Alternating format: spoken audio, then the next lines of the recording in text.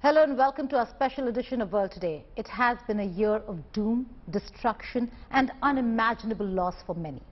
1 year of the Russia-Ukraine war saw civilians and troops on both sides killed, and tensions between Moscow and the West have risen to an all-time high. February 24th saw the completion of 1 year of Russia's war against Ukraine, with President Vladimir Putin defending the invasion he ordered, as his United States counterpart Joe Biden was in Ukraine rallying support for the battered nation. But there are many reasons why we are witnessing a war in this day and age, and many possible scenarios as to what turn this war could take. Here is a detailed report.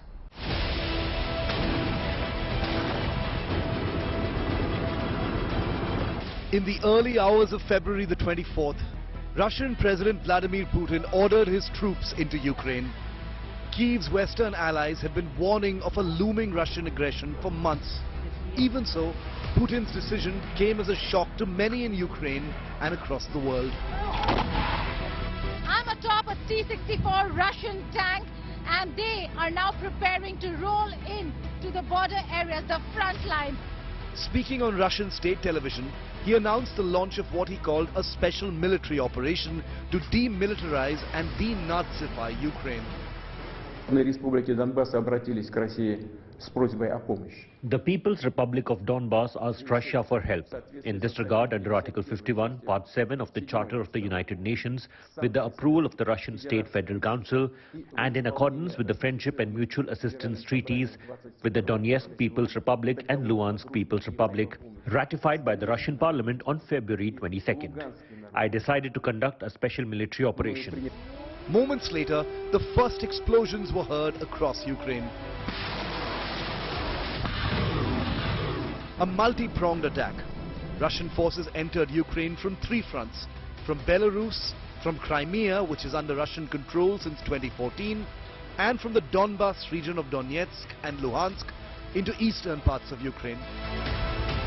Kyiv and the West called the action nothing more than a land grab, while geopolitics and the display of military might and strength dominated news across the world. It is the lives lost, families ruined and cities destroyed that will resonate through decades and centuries. For me, the world ended on March 5th. And when one doesn't even know how to find her in order to bury her, so that she has a resting place, a place for us to come and visit. І не знали, як її знайти.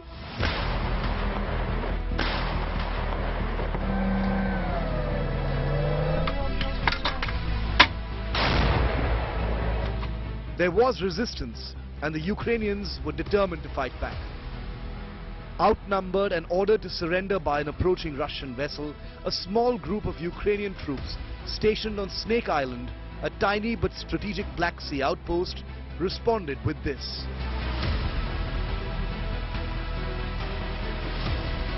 On the same day, Antonov Airfield, a major cargo airport just north of Kyiv, was the first major victory notched up by the Russians. The world's largest plane, the Antonov AN-225 Mriya, was destroyed. The airport had sustained so much damage, it was not possible for Russia to use it to resupply. With things taking a turn for the worse, Ukrainian President Zelensky was offered an out by the West. Safe passage out of Kyiv. The Ukrainian president reacted by filming a video in central Kyiv, reassuring his nation. Всім доброго ранку, українці. Зараз в мережі дуже багато з'явилось фейкової інформації, що, немов я закликаю. The world witnessed one of the worst refugee crises in recent history. The United Nations Refugee Agency, UNHCR, said at least 100,000 people had left their homes in the first 24 hours of the military assault.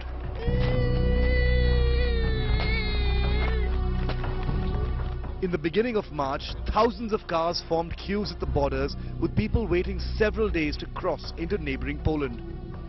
Many others fled by train, waiting at train stations for days to cram into overcrowded carriages. The majority were women, children and the elderly, as men of fighting age were largely prohibited from leaving Ukraine.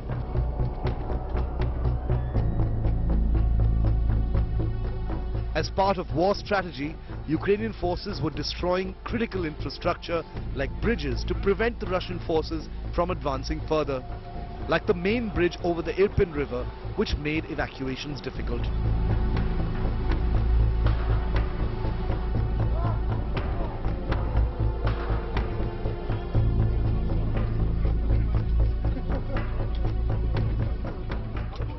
We see a lot of war techniques, a lot of tanks, a lot of army, and a lot of foreign people.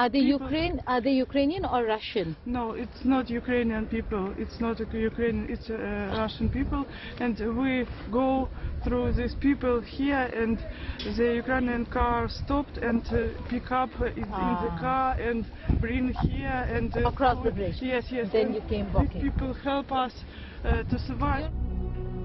And then the devastation in the Donbas region, Mariupol was taken with great difficulty. The bombing of Mariupol's drama theatre sheltering children was one of the worst. Painted on the ground outside the building, in giant Cyrillic letters visible from the air, was the word children. Yet it was bombed. While the Ukrainians blame Russia, the Russians denied its forces were responsible. The sprawling Azovstal steel plant in Mariupol was the last bastion, a symbol of Ukrainian resistance in the face of a much larger enemy. After weeks of relentless Russian bombardment, the Azov battalion finally surrendered. And the biggest asset takeover by the Russians has been the takeover of the Zaporizhia nuclear power plant. With electricity cut off to the rest of Ukraine, this winter was cold and harsh. In April, when Russian troops withdrew from Bucha, they left behind a tale of destruction. Allegations of summary executions, brutality and indiscriminate shelling were leveled against Russians. Russia termed the claims as baseless and fake, but many world leaders visited the site and were shown the mass graves.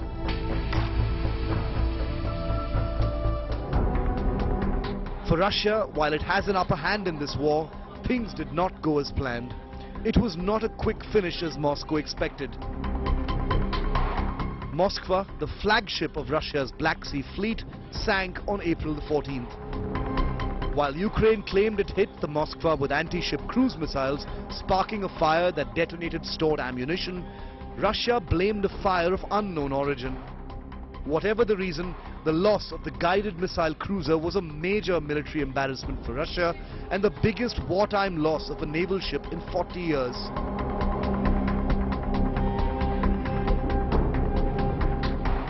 Now begins the second phase of the special military operation. The second phase of war began, much lost, allies torn between the two nations, sides taken, and then the fence-sitters.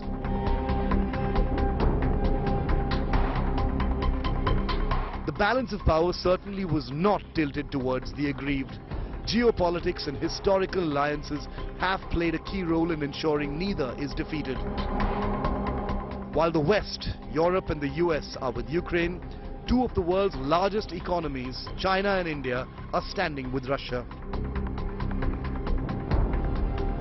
Our fundamental obligation to ensure that the Indian consumer has the best possible access on the most advantageous terms to international markets.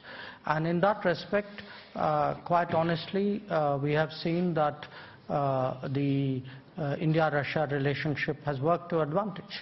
So if it works to my advantage, I would like to keep that going.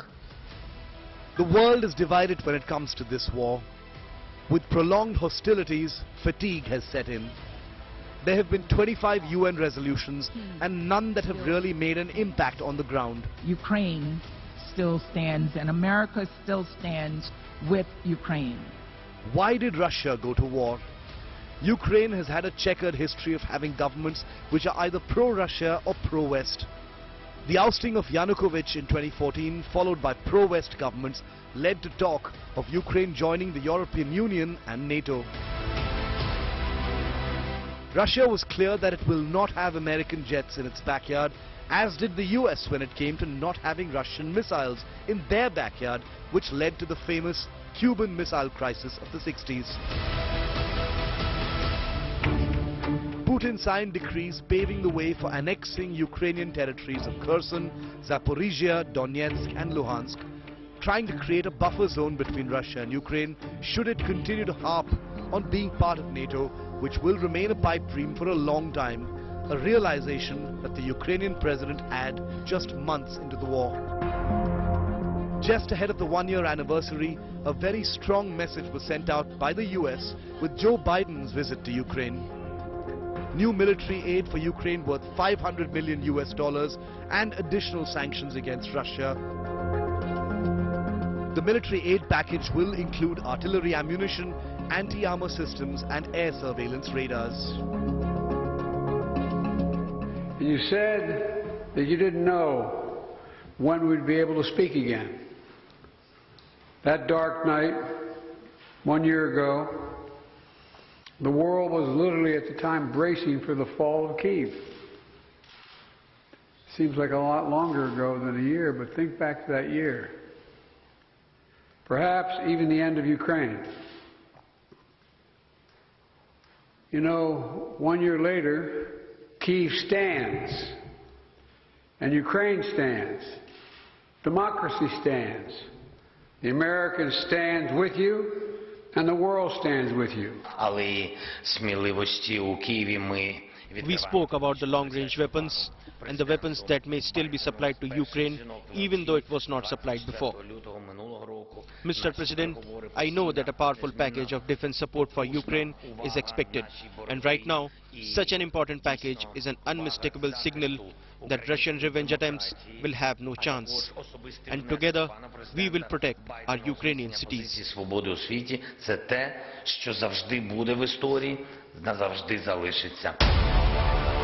The time is running out, and so are the weapons and money on both sides. It has now become a war of pride. Most wars are. Then where is the war headed? The possible scenarios. One, where neither Russia nor Ukraine can achieve their goals in this war. Russia will hardly be able to even occupy the entire Donbas region and beyond, and Ukraine won't be able to get back to the borders of January 2014 before the annexation of Crimea and Russia-supported liberated areas in Donbas. This could mean a stalemate and a prolonged conflict. The second scenario, where Ukraine manages to recover captured territories, which seems unlikely at this point in time since Kyiv is starved for resources and weapons. The delay in weapon supply has hit Ukraine's lone war hard. The third scenario, where Russia withdraws from the captured territories of Kherson and Zaporizhia, which is unlikely because too much blood has been lost over these areas, and that would be political suicide for Putin. Lastly, going back to the negotiating table, that's not an option for Zelensky unless Putin returns the recently captured territories of eastern Ukraine, which is not on the table. While diplomacy is the only way out, the road to a diplomatic solution is going to be hard and arduous. Until then, the world will be faced with many a crisis: food security, energy security, and a massive refugee problem.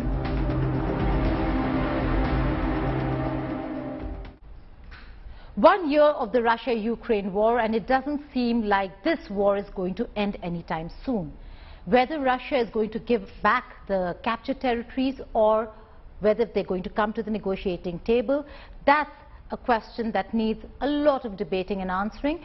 I myself covered the war, and with me my colleague Gaurav Sawant, managing editor of the network, also covered the war, a war correspondent who's covered many a war. Gaurav, many thanks for joining us here in the studio.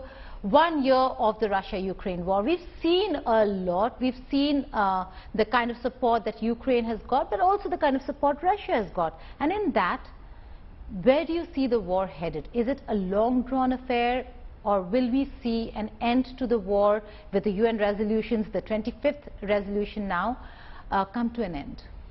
it's very unlikely that this war will end anytime soon.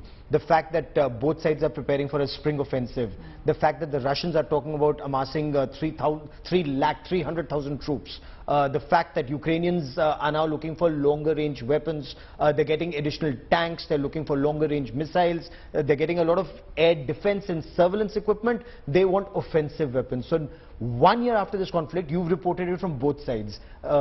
You know, I've reported it extensively all across the battle sector in Ukraine. Neither side will give up either their claim or an inch of territory, and unless one side is weakened, they are not coming to the negotiating table. Will China be able to do that? It appears very unlikely at this stage, given that China is not seen as a really honest broker of peace anyways. But fatigue is setting in. We're seeing it with the war itself. Look at the kind of coverage, Gaurav. There was a time when we were doing absolute blanket coverage. Fatigue is setting in and resources are scarce. In such a scenario, can they come to the negotiating table then? This is where real effort would be required and not warmongering. And you know, as the Russians say, you heard President Putin the other day. President Putin kept saying that in case the West continues to arm Ukraine, they're only fueling this war. He said so. The Russians, of course, themselves are putting in additional resources. America's already warned China, do not arm Russia, do not give them offensive weapons. So in all of this, will it ultimately lead to negotiations, and through negotiations, you know, dialogue, a settlement where at least they come to the negotiating table? Right now they're not even on the negotiating table simultaneously together or with each other. So so let's see whether China, India, the United Nations, whether somebody can work. We don't know who's that one power or the group of powers who may be able to work, especially when they're working at cross purposes. America seems to want to defeat Russia in this conflict. Europe wants to ensure Ukraine is not defeated in this conflict. So you know, one of the principles of war is having an aim and maintenance of that aim. Yes. Here you have neither. Shifting goalposts. Absolutely. There is a lot, and it will take a long time. It is a difficult war that will have major impact, not just in that part, but globally. Thank you so much, Gaurav, for joining us here. This was a special edition on 1 year of the Russia-Ukraine war. But before we go, we want to leave you with 20 strong images from the war that is going to resonate for centuries, for decades and centuries to come, having impact not just on Ukraine and Russia, but indeed global impact. Goodbye and take care. It's the largest western Ukrainian city of Lviv has been a Russian target since the war started. City has been under attack around the clock by Russians, including repeated missile strikes on critical infrastructure. In Mariupol, Russian forces destroyed this chemical plant. The factory was shelled repeatedly, resulting in damage. 2 workshops of the chemical enterprise have suffered. Ukraine is leveling allegations that Putin's men may have used chemical weapons against the troops during this attack.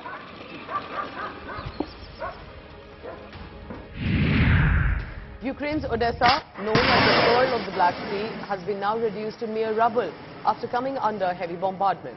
Russia fired multiple missiles, several of them hitting key energy infrastructure, leaving hundreds without power for days.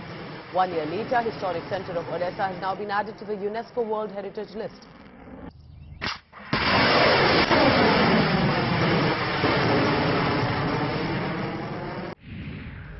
Eight Russian missiles struck the Vinnytsia airport. This strike completely destroyed the airport located in Ukraine's central region. Remember, Ukraine had wanted the West to enforce a no-fly zone over Ukraine to prevent more attacks.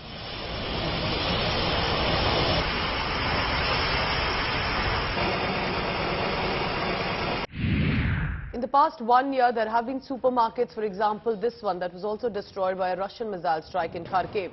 You can see the damage, how firefighters had been pulling out all the stops to minimize the damage. But despite repeated strikes, Russia was met with stern resistance from Ukraine. Putin failed to gain control of the war-torn city completely. But it was this Mariupol strategic port in Ukraine that was under heavy bombardment during the war. Key infrastructure was damaged amid intense battles for the strategic port for the Sea of Azov. Massive Russian airstrikes and artillery bombardment reduced much of it to smoldering ruins now. Now, focus 2, Russia's invasion of Ukraine, was to take control of the capital city, Kyiv. But the resilience by Ukraine have deterred the movement till now. Airstrikes, missile strikes, Russia left no stone unturned to control the capital. Key energy infrastructure was bombed too. But even though it did put residents in a difficult position, Ukraine has ensured the Kyiv city stays with them.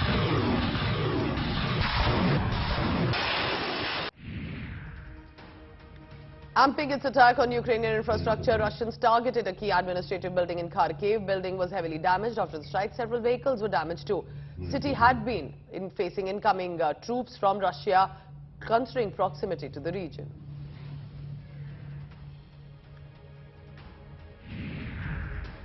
Eastern Ukraine's second largest city, Kharkiv, relentlessly has borne the past 1 year the brunt of Russian missile strikes. Huge cloud of smoke, for example, engulfed entire city once, with several residential buildings turning to dust, leaving many without a roof. Once known as Pearl of the East in Ukraine, now the city only has destruction to show.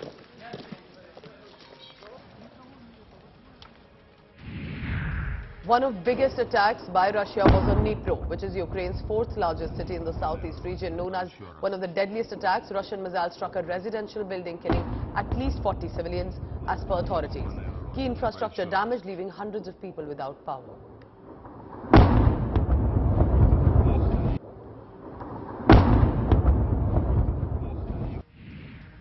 But there were dangerous attacks too. Europe's largest nuclear power plant in Zaporizhia had come under heavy missile attacks, remember, and sparking increased concern of a potential nuclear disaster. Russian forces soon after seized the nuclear plant from Kyiv control, but explosion and tussle continues. Russia has been aiming to seek control of the southern region. Images of brutality, destruction have surfaced. For example, this heart-wrenching image. A playground in Kyiv was stuck under the barrage of Russian missile strikes, creating a massive hole in the middle of the playground. Fortunately, no child at that point sustained injuries.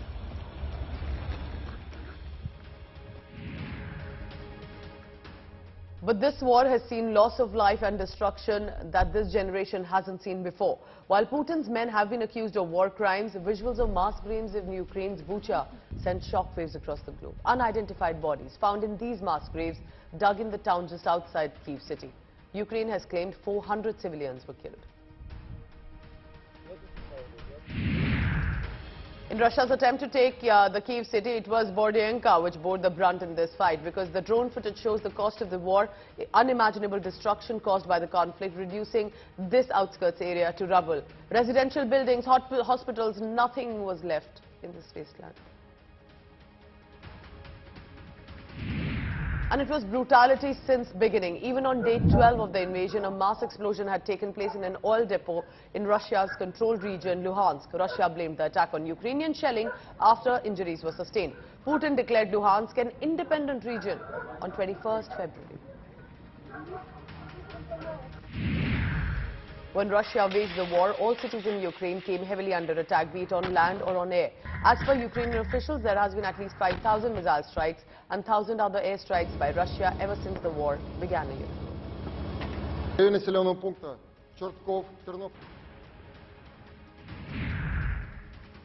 Russia targeted the main television tower in Ukrainian capital Kyiv. In this attack, 5 people were killed, 5 others wounded. TV towers located a couple of miles from central Kyiv. Ukraine had labelled it deliberate to suppress information on Russian strikes. There was property loss that cannot be repaired. Hostomel airport had come under heavy attack from Russia. It was the Antonov AN-225's damage that dented Ukraine.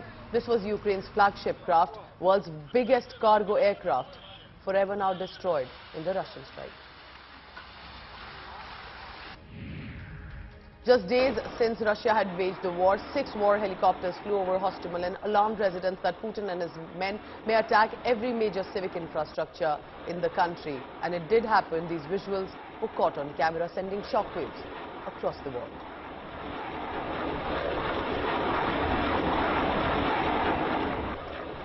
It will take years for Ukraine to rebuild itself. The manner in which relentless damage to its buildings, infrastructure, accelerated attacks in eastern Ukraine shows that it will be time till Ukraine can set itself up again.